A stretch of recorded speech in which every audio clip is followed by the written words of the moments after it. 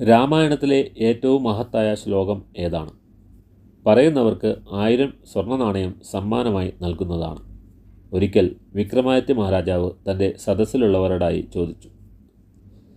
വിക്രമാദിത്യ സദസ്സിലെ പണ്ഡിതനായ വരരുചി ഈ ചോദ്യത്തിൻ്റെ ഉത്തരം അന്വേഷിച്ച് കുറേ നാൾ അലഞ്ഞു നടന്നു. അങ്ങനെ ഒരു ദിവസം രാത്രി അദ്ദേഹം ഒരു മരച്ചുവട്ടിൽ ക്ഷീണിച്ച് കിടന്നുറങ്ങിയപ്പോൾ മരക്കൊമ്പിലിരുന്ന് 2 യക്ഷികൾ തമ്മിൽ സംസാരിക്കുന്നത് കേൾക്കാൻ ഇടയായി. ഇന്ന് പറയക്കുടലിൽ ഒരു പെൺകുഞ്ഞ് ജനിച്ചു.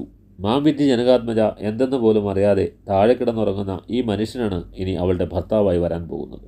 കഷ്ടം. ഇത് കേട്ട വരരുചി ചിന്തിച്ചു.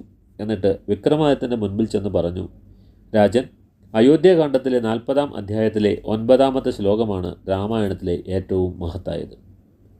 വാൽമീകി രാമായണത്തിൽ നിന്ന് രാമം ദശരഥം വിദ്ധി മാം വിദ്ധി ജനകാത്മജാം അയോധ്യാം അടവീം വിദ്ധി ഗച്ഛതാദയതാ സുഖം.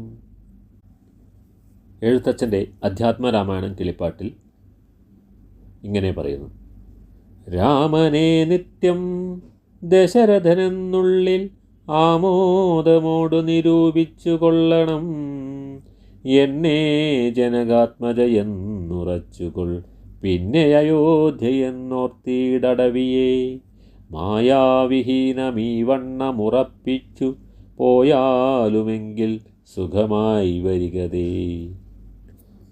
രാമായണത്തിലെ ഏറ്റവും വികാരപരമായ സന്ദർഭമായ രാമൻ്റെ വനവാസ സമയത്ത് തന്നെ കണ്ട് യാത്രാനുമതി വാങ്ങാനെത്തിയ ലക്ഷ്മണനോട് മാതാവായ സുമിത്ര പറയുന്നതാണ് ഈ ശ്ലോകം.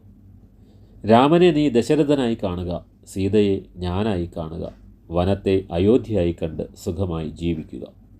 2 അമ്മമാരുടെ വ്യത്യസ്ത ഭാവങ്ങൾ രാമായണത്തിൽ നമുക്ക് കാണാം. ഒരമ്മ തൻ്റെ മകന് വേണ്ടി രാമൻ്റെ രാജ്യാഭിഷേകം മുടക്കി വനത്തിലേക്ക് അയക്കുന്നു. അടുത്ത അമ്മയാകട്ടെ തൻ്റെ മകനെ അതേ രാമൻ്റെ തുണയ്ക്ക് ആശീർവദിച്ചയക്കുന്നു. എന്തൊരു വൈരുദ്ധ്യം അല്ലേ!